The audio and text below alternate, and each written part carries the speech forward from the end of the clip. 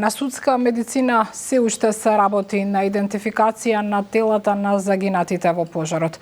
Таму е Елизабета Дамјановска-Спасеновска. Бети, како тече идентификацијата? Министерот Панчо Тошковски рече дека е завршена за 15 од загинатите. Дали има нови податоци?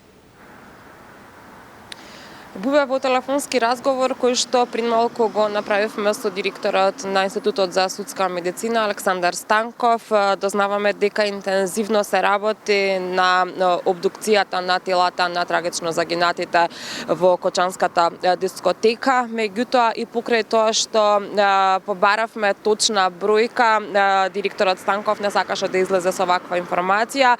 Тој ниту ги потврди, ниту пак ги отврли информациите кои што во јавноста ги принесе министерот за внатрешни работи Панчо Тошковски, дека веќе се завршени обдукциите на 15 од жртвите. Рече дека ќе може да соопшти дека обдукцијата е завршена тогаш кога ќе биде завршен целиот процес. Инаку, освен процесот за обдукција, овде се случува истовремено и идентификација на дел од жртвите кои што со себе не носеле документи за идентификација, а поради степенот на изгореници е тешко да се препознаат. Токму и за таа цел рано утринава денеска во Кочанската болница најблиските роднини на загинатите дава материјали кои што потоа беа пренесени тука од екипи од судска медицина директно во Скопје, и врз основа на тие земени материјали ќе се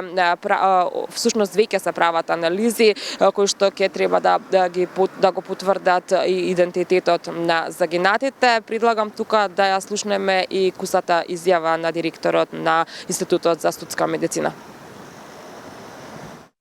Од сине како ги донесува телата, започната е постапката за обдукција и идентификација на жртвите од масовната несреќа во Кочани.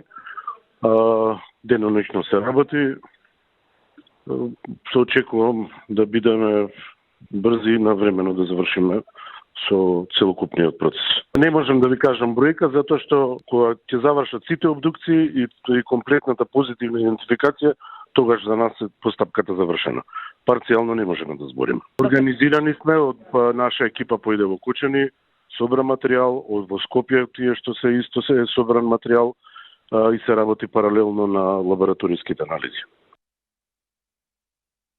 Инаку, транспортот на телата на загинатите вчера од Кочани започна некаде по 18 часот со возила на армијата, како и со возила на погребалните предпријатија, бидејќи станува збор за навистина голем број на загинати. И сето ова се случуваше дури откако родителите дозволија да се однесат телата на загинатите во Скопје, за кои што, како што и претходно информиравме, доцна синоќа направија жив ѕид, односно не сакаа да дозволат телата на нивните најблиски да бидат донесени во Скопје, сакаа, како што велеа и самите, што е можно побрзо да ги преземат, за да можат достојно да се збогуваат со нив, односно да направат погреб за загинатите. Меѓутоа, како им беше објасната законската процедура од страна на обвинителка, родителите, најблиските роднини се согласија истата да биде завршена.